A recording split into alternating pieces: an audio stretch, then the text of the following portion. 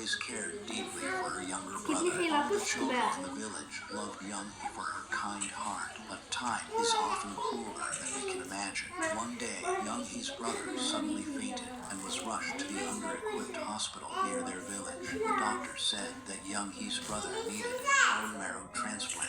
Not long after, without her consent, Young-hee's family allowed the doctors to hospitalize her. Fortunately, the surgery was successful, but within a week, the wounds from the operation became infected, leaving both siblings weaker by the day.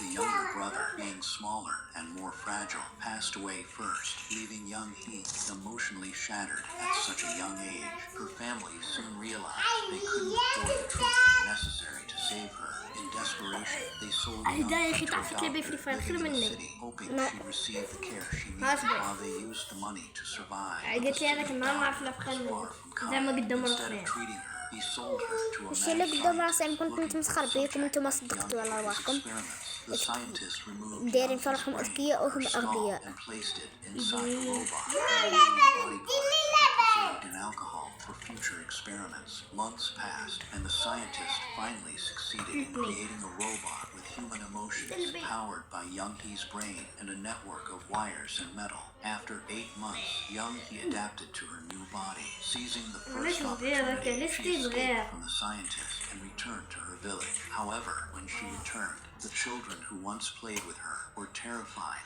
and avoided her. Ordinary people who saw her were horrified, filming her on their devices. These videos went viral on social media, and soon the whole world learned of her existence. The South Korean government sent a helicopter to capture her and placed her in a museum for safekeeping.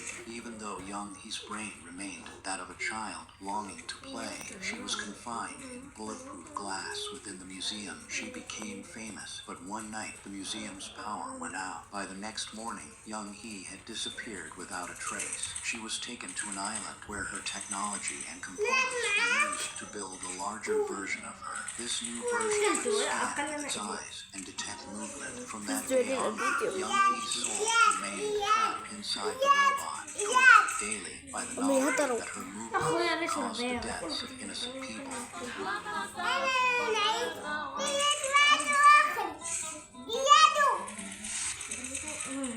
صاي